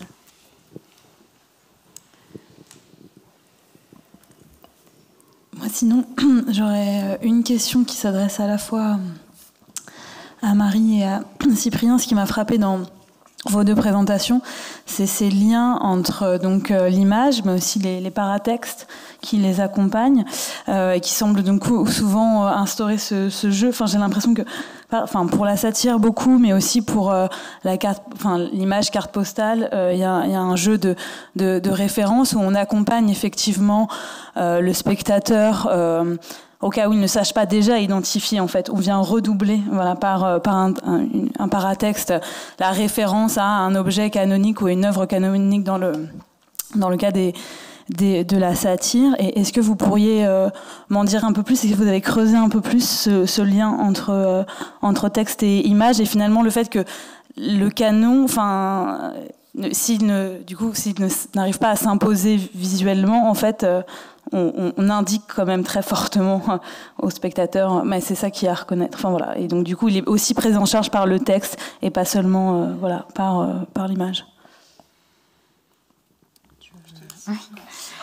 Oui, dans les sources touristiques, c'est vraiment central, parce que c'est à la fois, par exemple, là, j'ai pas montré, mais j'ai des guides de voyage aussi, quelques-uns dans mon corpus, où on peut trouver, par exemple, un petit logo appareil photo en marge du texte pour dire, à cet endroit-là, dans le texte, vous allez lire un bon point de vue pour prendre une photo. Et donc, c'est tout le temps, soit par un logo appareil photo, soit évidemment par les légendes des images qui parfois n'amènent pas forcément quelque chose de plus, c'est presque une description de ce qu'on voit, mais avec un usage d'expressions imagées, donc comme cette ville au centaure, la ville dorée, qui colle aussi, qui réitère toujours ces expressions imagées à ce qu'on voit. Et pour moi, oui, dans les deux sens, c'est vraiment une réitération, un réancrage de ce qu'il faut voir, du canonique et de l'image. Et dans les guides de voyage, c'est particulièrement le cas avec, vraiment, si vous vous mettez sur tel balcon à tel endroit, vous aurez la meilleure vue. Et pour ma part, oui, oui, c'est bon, ça marche. Et pour ma part, effectivement, le texte est vraiment central, et même au-delà de ces représentations que je vous ai montrées, pour l'aspect comique, j'aime bien dire souvent que ça offre une bande-son en fait, à ces acteurs de papier qui se déploient sous nos yeux. Et plus spécifiquement sur cette question-là, effectivement, ça permet peut-être d'ouvrir un peu le champ aussi des gens qui sont susceptibles de le comprendre, plutôt que si on était juste sur de la représentation point barre. Et puis ça permet souvent aussi des jeux de mots, par exemple on l'a vu avec le serment des Voraces plutôt que le serment des Horaces, ou les nouveaux Horaces aussi, donc on appuie aussi, ça permet aussi d'appuyer le comique en plus de la référence. J'avais une question peut-être pour Marie. Alors je les ai peut-être ratées, mais je me demandais quelles étaient un peu tes bornes chronologiques, les bornes chronologiques de ton sujet, et est-ce que tu ne remontes pas avant la photo? Et parce que c'est assez frappant aussi de voir que c'est des genres que dans un certain imaginaire un peu romantique presque, auquel on pourrait donner des origines un peu artistiques, quoi. Le livre de voyage d'un artiste, je sais pas, les pierres de Venise de Ruskin, ou les dessins d'artistes qui ont fait le grand tour et tout ça. Il y a un peu cet imaginaire, j'ai l'impression, en fond. Je me demandais si ça avait une part dans ton travail ou pas. Oui, alors mes boards c'est 58-89 à peu près, et effectivement en fait on a aussi un relais pour ce genre, ces espaces éditoriaux, un relais un peu entre la gravure et la photo progressivement dans l'histoire. Alors moi je remonte pas à ce moment-là, mais effectivement ce recours à l'imaginaire plus ancien enfin je pense que si on faisait une généalogie, il y aurait vraiment intérêt à remonter plus loin que la photographie et à aller déjà dès la gravure, les premières cartographies aussi qui reprennent. Je pense que ça serait un travail qui pourrait être fait effectivement pour d'autres lieux comme tu le précises et qui marquerait vraiment une continuité effectivement. Je pense qu'il n'y a pas de grosse rupture. Enfin, ça dépend de quoi on parle, mais pour les vues canoniques qui se réitèrent comme ça, je pense qu'il n'y a pas de grosse rupture entre, qui est opérée par le médium photographique. Pour ce genre de vue-là, très canonique, on voit une continuité quand même. C'est juste l'abondance qui change et du coup la possibilité d'introduire aussi d'autres images et du canonique parallèle qui est modifié par le médium, mais pour le canonique historique, on va dire, je pense qu'il y a une continuité. Si. Il n'y a toujours personne dans la salle qui veut revenir là-dessus. Bon.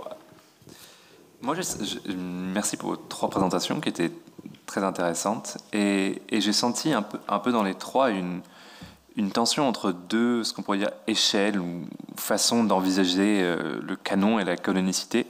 D'une part, un canon de forme d'art. Il a été question dans vos 3 présentations de est-ce que la photographie commerciale ou de propagande ou amateur rentre dans le canon comme la photographie artistique. Est-ce que le jeu vidéo est un art? Est-ce que la satire graphique est un art ou pas, etc. Et dans le même temps, un canon des œuvres à l'intérieur d'une forme d'art donnée. Donc on a parlé de ces 50 jeux vidéo qui étaient ou pas, etc. Un canon, les photos qui deviennent canoniques, etc. Et du coup, je me demandais pour réfléchir un peu sur la façon dont se forme le canon dans une nouvelle forme d'art. Et on a vu aussi que ces arts qui étaient non traditionnels pouvaient donner à voir les références communes du public, finalement. Et donc je me demandais à quel point dans votre travail, vous alliez chercher justement les références qui ont nourri les choses sur lesquelles vous travaillez, les références graphiques, par exemple, je parlais des vues de ville avant la photo, des tableaux avant les caricatures ou d'autres formes d'art visuel avant le jeu vidéo. Enfin, à quel point est-ce que vous allez chercher ce qui a donné ces images? Peut-être. Allô? Oui. Personnellement, comme je travaille sur des objets qui sont contemporains, dont les concepteurs ont été largement interviewés, c'est un travail qui a plus vraiment à faire, puisque en fait, toutes les influences sont explicitées. Là, on est dans un cas vraiment de voir revendiquer. Et en l'occurrence, moi, pour le jeu vidéo sur lequel j'ai travaillé, il n'y a pas d'influence revendiquée qui ne serait pas vidéoludique déjà. Donc en fait, mon travail de comparaison, ça a été plutôt de poser des termes de comparaison avec des œuvres qui ne sont pas des influences, mais qui sont presque sur un mode un peu anthropologique, des éléments de comparaison théoriques. Voilà. Et moi, pour ma part, la caricature, c'est un art qui a un caractère référentiel très fort. Et donc, je pense qu'il est important vraiment là de s'immerger dans la culture du temps, à la fois la culture politique, puisque mon sujet c'est la caricature politique, donc il faut être au fait de ce qui se passe, et ce qui permet aussi parfois de dater des caricatures, lorsqu'on n'a pas la date autrement. Mais aussi donc sur ce qui s'est fait avant, à la fois dans le domaine des beaux-arts, mais aussi sur je vous ai parlé à la toute fin de la culture populaire, aussi savoir ce qu'a écrit Rabelais, etc., parce que c'est des éléments qu'on va retrouver dans la caricature révolutionnaire et dans la caricature napoléonienne. Donc moi j'essaye à chaque fois de tirer le maximum d'informations et de voir les références, de quelque nature qu'elles soient, dans toutes les œuvres qui composent mon corpus. Oui, moi, comme je disais tout à l'heure à Anatole, j'ai une conscience, je pense, de la continuité très forte, voilà, notamment avec les gravures, etc. Donc j'ai plutôt une connaissance pour le moment un peu empirique, qui fait simplement d'être allé voir aussi à quoi ressemblaient les premières gravures, les premières diffusions d'images touristiques qu'on peut trouver, mais je ne me suis pas lancée dans un travail qui visera l'exhaustivité, parce que c'est déjà, rien que pour ma période, assez large et assez énorme. Mais évidemment, je compte bien insister aussi sur cet ancrage et cette continuité-là qui a été beaucoup relevé aussi par ailleurs pour d'autres espaces touristiques qui nourrissent aussi mes lectures. Enfin, voilà, je lis des choses sur d'autres espaces qui peuvent débuter au 19e siècle, fin 19e siècle, et qui m'aident aussi à comprendre les photographies que je vois. Donc, c'est plus aussi dans les lectures annexes que je vais aller pouvoir trouver ça. Je me demandais, Marie, quel était ton attachement disciplinaire un petit peu. Est-ce que tu le revendiques, ou est-ce que parce que je crois, toi, Cyprien, tu as dit que tu étais historien, et tout en même temps, tu bosses du coup sur des trucs qui sont vachement d'histoire de l'art, quoi. Il y a quand même, les grands tableaux, machin et tout. J'ai l'impression qu'on est tous les trois un peu, alors je sais pas, tu vas nous le dire, mais tous les trois un peu sur une danse disciplinaire un peu. Alors moi, j'aime bien revendiquer l'histoire de l'art, mais en même temps, j'ai une approche qui est anthropologique et game studies. D'un côté, toi, tu mélanges aussi. Alors, Oui. Alors, officiellement, c'est histoire de l'art. Enfin, je suis inscrite en histoire de l'art, mais effectivement, j'ai plutôt tendance à dire que je fais l'histoire des images. Enfin, je sais pas trop, en fait. Enfin, après, je pense que mon sujet, il s'est transformé un peu aussi en sujet d'histoire au contact de mes collègues doctorantes historiennes dans mon laboratoire, parce que je suis la seule historienne de l'art à côtoyer les bureaux quotidiennement, et je pense que vraiment, j'ai senti l'influence, mais dans un bon sens du terme, c'est-à-dire que, du coup, depuis que j'ai commencé, j'ai l'impression de me nourrir de leur lecture, de leurs sources et de leurs outils d'analyse historiens sur leurs objets. Et mon sujet était un peu plus hybride au début, avec plus de photographie artistique. Et en fait, je pense qu'au contact de la pluridisciplinarité, aussi lire des choses... en fait, il y a beaucoup de littéraires aussi, de docteurs, de chercheurs en littérature comparée qui ont travaillé sur ces objets-là, donc avec encore un autre vocabulaire. Du coup, voilà, je sais pas exactement, mais c'est un peu mêlé histoire des images, littérature comparée un petit peu, parce qu'il y a quand même une grosse présence du texte, histoire, voilà. Enfin, je sais pas exactement, mais bon, voilà, c'est histoire de l'art élargie. Moi, j'aurais une question pour Anatole, si la salle n'en a pas. En fait, à un moment, tu disais que ce qui avait un petit peu promu le jeu vidéo, c'était le passage de la 2D à la 3D. Et je voulais te demander si tu avais remarqué par rapport aux jeux vidéo, ou enfin si tu sais si dans la historiographie ça s'est accompagné d'une complexification aussi de la narration dans le jeu vidéo. Et est-ce que les deux ne vont pas de pair? En tout cas, je sais que moi, par rapport à mes recherches sur le cinéma d'animation, effectivement, la complexification des images, des personnages et des schémas narratifs, c'est aussi ce qui permet de canoniser, enfin pas canoniser, mais en tout cas qu'un médium gagne en légitimité. Est-ce que toi, pour le jeu vidéo, tu as pu remarquer un phénomène similaire? Et je me disais que le passage de D3D pouvait aussi s'accompagner d'une complexification dans la narration des jeux. Je pense pas. Je pense pas que les deux soient corrélés du tout. Par ailleurs, oui, j'ai parlé de cette histoire de passage de 2D à la 3D, mais c'est, à mon avis, une lecture, justement, c'est un peu ce que je veux dire aussi, c'est une lecture extrêmement simpliste de l'évolution. Il y a effectivement un moment des évolutions techniques qui vont permettre de réaliser des jeux vidéo en 3D.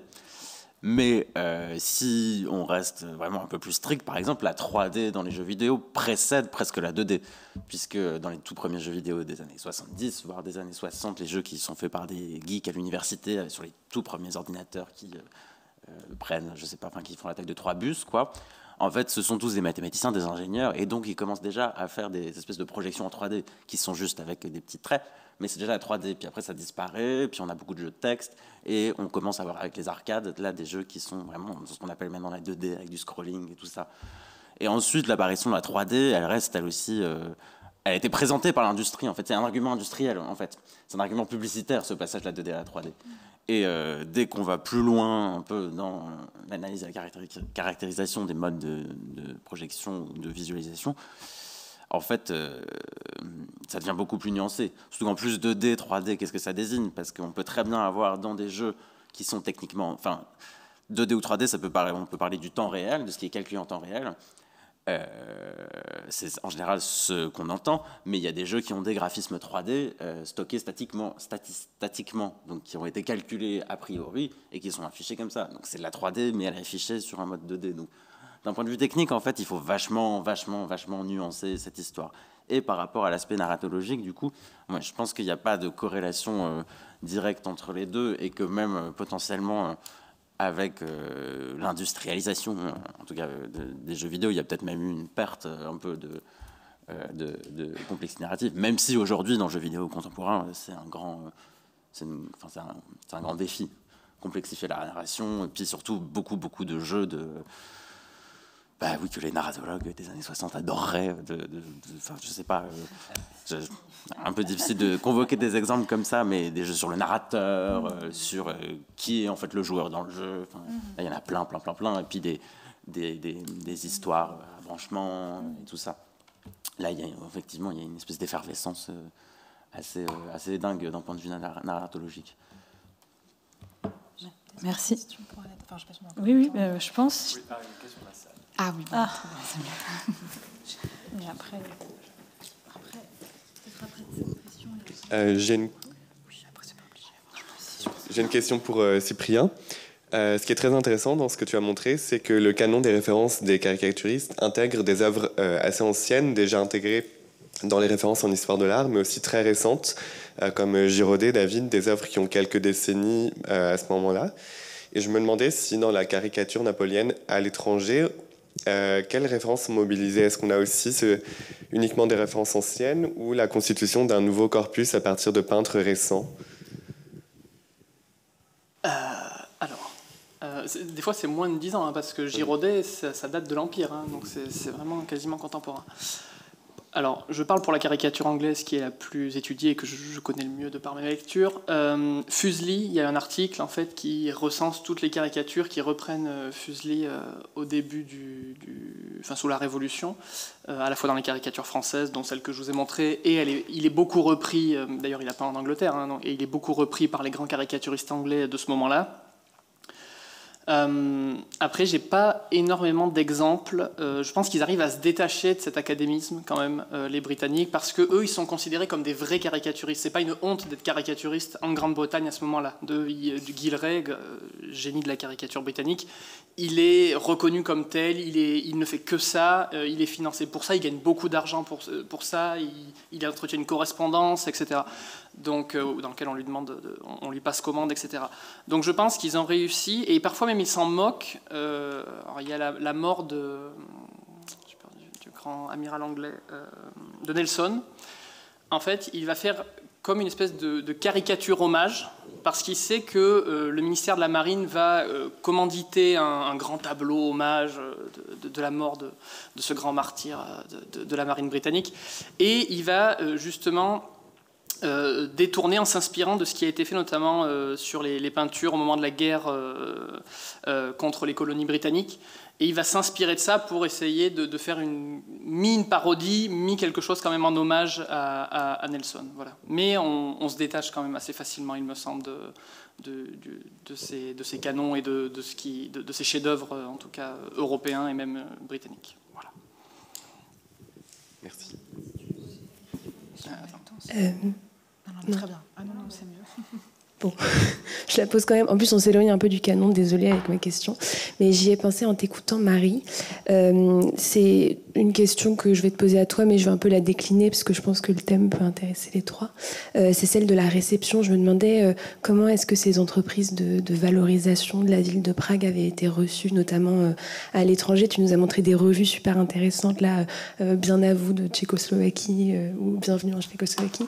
Est-ce qu'on sait qui les lisait en France? Quels étaient leurs canaux de diffusion? Voilà, je me demandais. Et sur cette question de la réception, du coup, peut-être que Anatole et Cyprien, vous vous y intéressez aussi. Cyprien, comment est-ce que on analyse la réception de ces caricatures dans des milieux sociaux? Alors, tu nous as dit surtout bourgeois, mais peut-être aussi un peu plus variés. Et toi, Anatole, est-ce que tu t'es intéressé à la réception du jeu vidéo FaZe, là, sur lequel tu as travaillé en master? Et si oui, comment? Quelles sources on mobilise? Est-ce qu'on analyse des blogs en ligne, des réseaux sociaux? Enfin, voilà.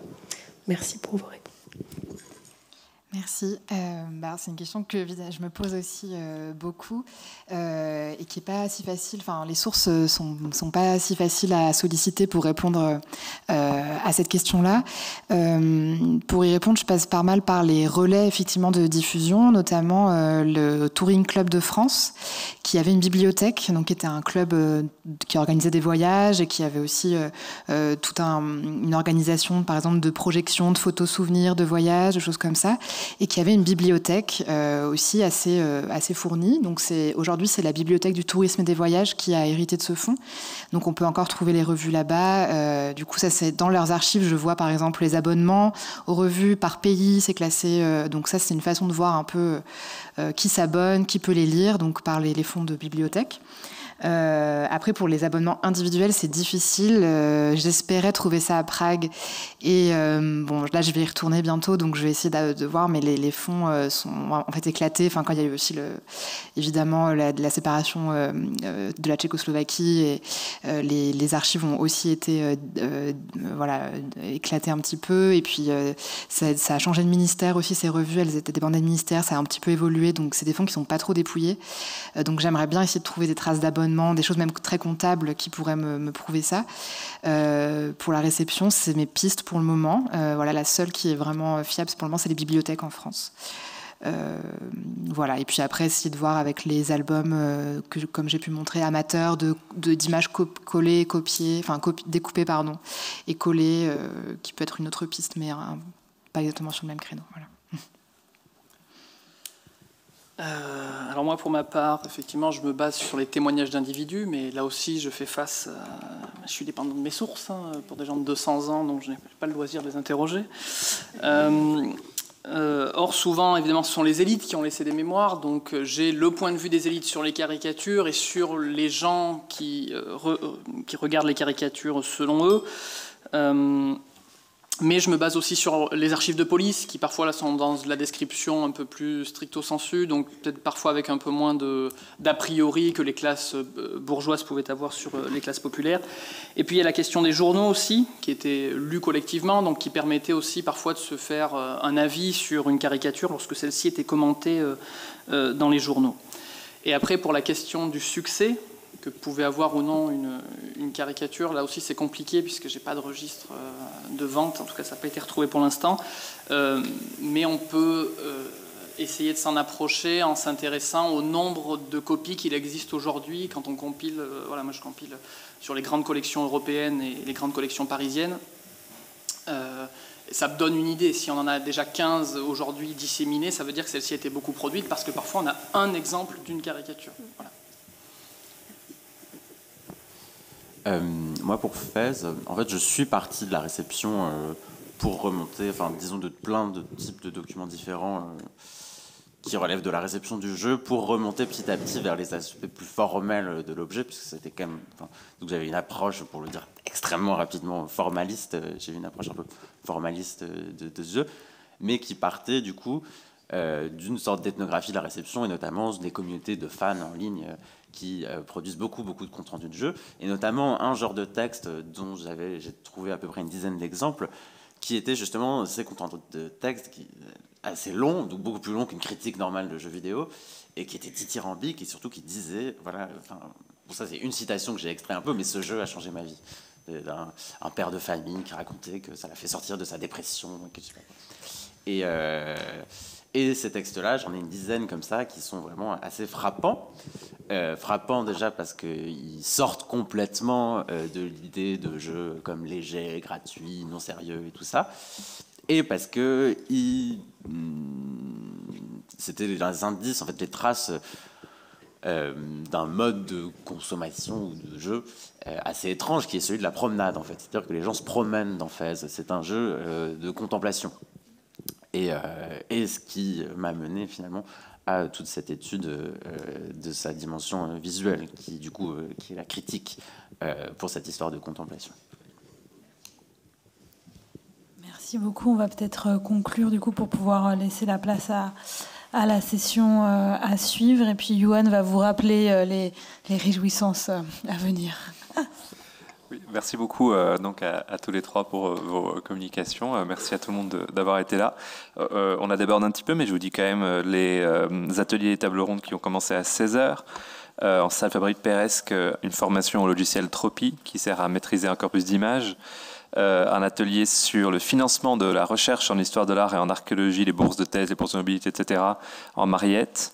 Et une table ronde sur la création à deux dans le cadre du couple. Tout ça, c'est à 16h.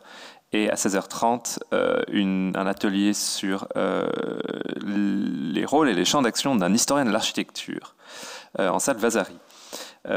Ensuite, ici même, la dernière session principale à 16h20, après la pause, de la chaire au canon, corps, normes et contre-modèles. Et je vous signale aussi que si vous êtes venu voir Rotonde depuis en dehors de l'Île-de-France, il reste 3 bourses de mobilité qui n'ont pas été réclamées par des personnes qui s'étaient inscrites. Et donc vous pouvez aller les demander à à l'accueil, si vous vivez hors Île-de-France. Enfin, il y a un cocktail à 18h auquel tout le monde est cordialement invité. Sur ce, je remercie tout le monde. Je remercie tout le monde d'avoir été là. Et voilà, merci. Au revoir.